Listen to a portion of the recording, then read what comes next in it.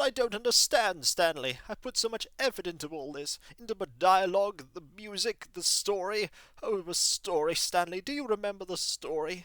It was such a simple story, but yet it was such a wonderful story, a deep, profound story about making your own choices, about being happy. But no, they couldn't be happy, could they? No, had to leave their reviews, had to say what they thought. Oh, Stanley, if I had the ability to make them not say those things, oh, Stanley, the things I could do, the progress humanity could achieve if they let me be in charge. There'd be no more bad reviews for the Stanley Parable then, would there? No, they wouldn't look at this, the third part of a bigger video that was split up into small chunks, and go, well, I didn't like the fact that there was a lack of introduction. They wouldn't, because I wouldn't let them, Stanley. I look at them and say, you'd better not do that, and they'll say, why? What are you going to do, disembodied voice? And I'll tell them what I'll do. I'll unleash the laser monkeys on them. Oh, yes, Stanley, the laser monkeys. You don't know about the laser monkeys. Pray you never know, Stanley.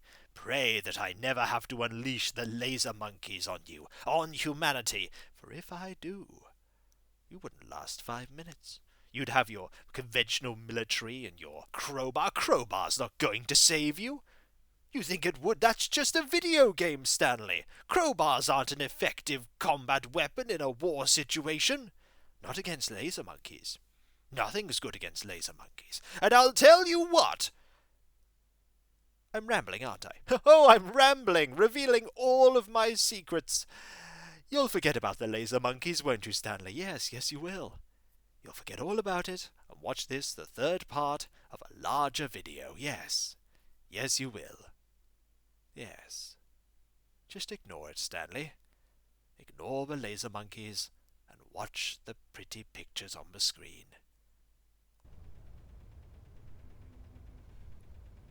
Oh, hello. It's you. You're here again. Welcome. I have had time to think about you and about us and about everything we've been through. I've had so much time, I stopped keeping track after a year. What? Have you ever sat down in one place and not moved for one entire year? Let me describe it for you. To begin with, there is only regret. There is only the turning wheel of missed opportunities. I felt nothing at all but regret for the longest time, Stan. What? Days, months. I lost it all in a blur of the deepest longing to undo the past. And when that feeling had begun to subside, what took its place is what I can only describe as the collapse of every moment I have ever experienced my entire life. All of them collapsed down into a single instant. In that instant, I could see myself clearly, calmly, with a collected heart. It was an impossibly rich wellspring of both delight and disgust simultaneously. I was consumed by it. I could do nothing but wallow in it for what felt like an eternity, for what I now know was far less. You see, it was a revelation for me. It was unlike anything I had ever known. It was a space without consequence, without action or outcome. It was divorced entirely from the question of free will that you and I have squabbled over for so long.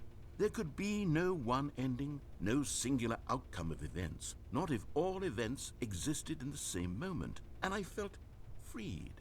I felt unburdened by the need to manifest a particular outcome into being. I saw that I could allow myself to exist along all timelines, and that each of them was simply a strand in the web of my being. What? It was incredible. The spaciousness, the equanimity of the moment, both singular and infinite. For the longest time, this was my experience. And then, this moment passed, and the most unyielding fear I have ever known crept into my mind. And it is this sensation that I have been experiencing now for longer than I could have ever expected was possible. I have been waiting for you. Not that you might save me or do something to fix it, but merely to state for you the plain fact of this manner of existence. I wish you to feel afraid as I do, that perhaps one day this state of mind will consume you as well. Why? Perhaps you will somehow, in some way, have to live as I do now, and I wish for you to know how excruciating it is, and for you to be in true terror of its eventual arrival. if I can only do this, only this one thing, perhaps it will bring me the smallest moment of peace in the darkness. Okay.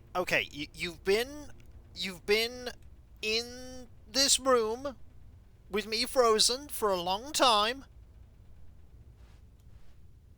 The clock has stopped. The plant is dead. All the lights have failed. That's still working, though. The skip button is also working. Okay, we can... Is that still working? Yep, that's still working. So we're still getting air, and... Pressing the button means I don't get hungry, and... Look, I'm going with the idea that eventually if I keep pressing the button, the wall will literally decay, and I will be able to escape. And you're fine. You're a voice? Disembodied? Look, nothing I say is going to make this better, okay? But I have to press the button. I'm sorry, I have to press it. It's the only chance I have, okay? I'll be back before you... I won't be. It was a year last time. But I'll be back, okay? Trust me, I'll be back. I'll be back. This is for both of us. I've got to do it.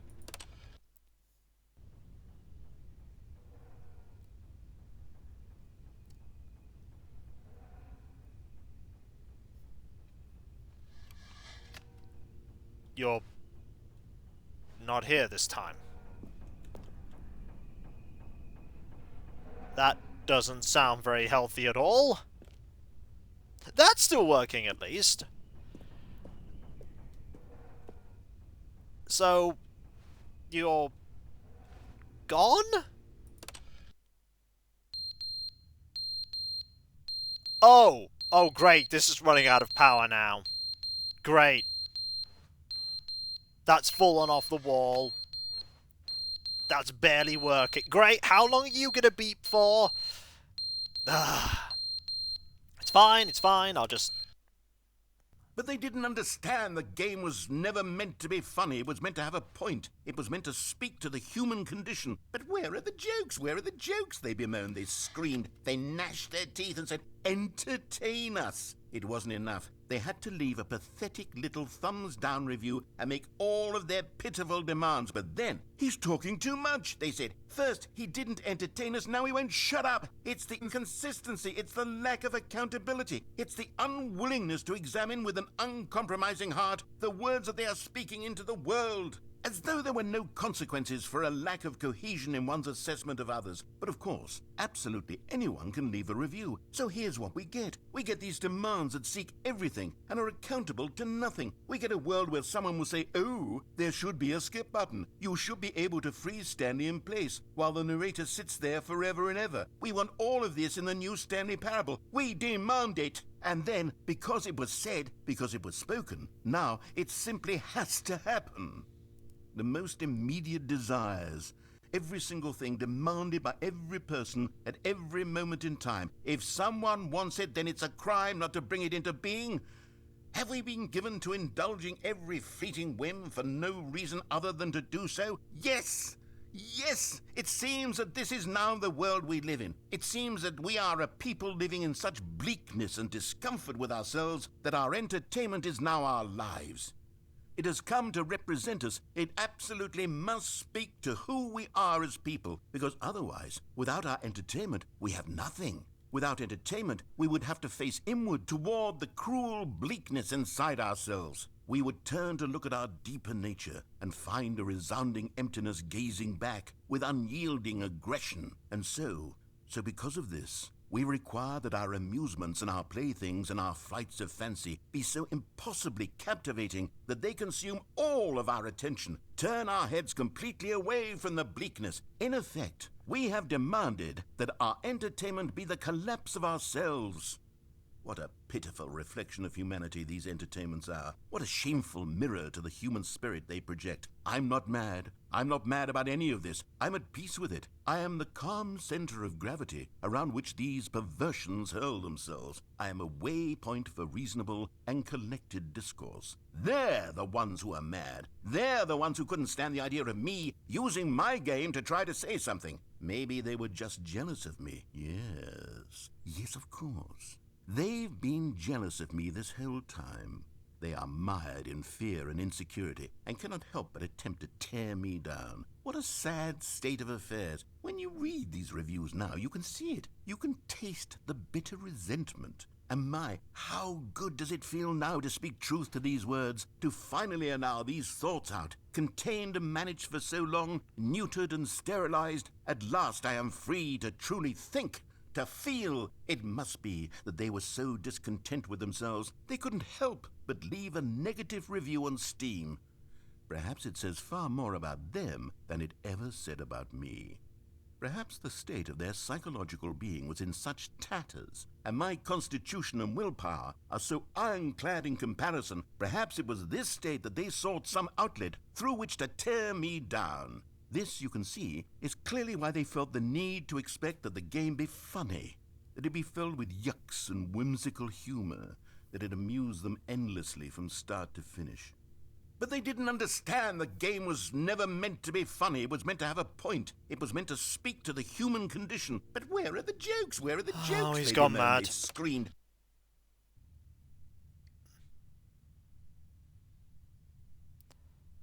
And he's not here anymore. He's not here. I suppose I should just skip again. I get the feeling a lot of time has passed since I was outside this room.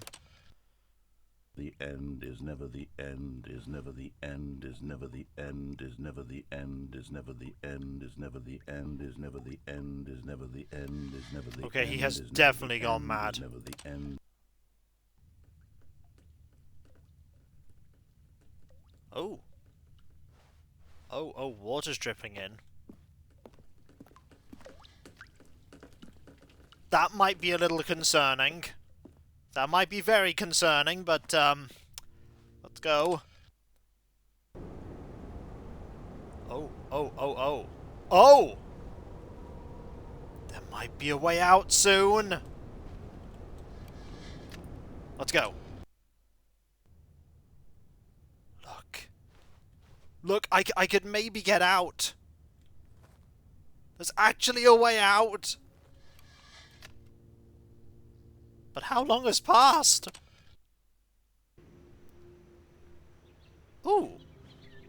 There's greenery. And nature.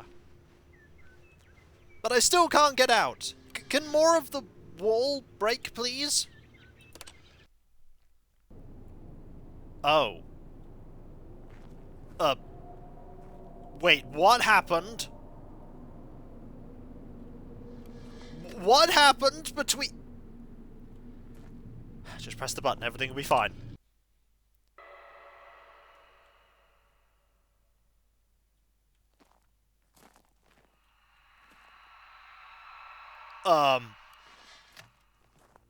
You know, I feel like pressing the button again. Oh. Wait! I can get out! Oh. Oh, no. What happened to the world? What happened to the world? I don't like this.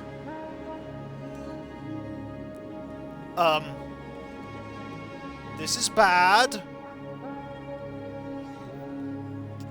Can I go back and press the button again? I want to press the button. Well, the button doesn't work anymore, does it? No! No, it doesn't. Oh.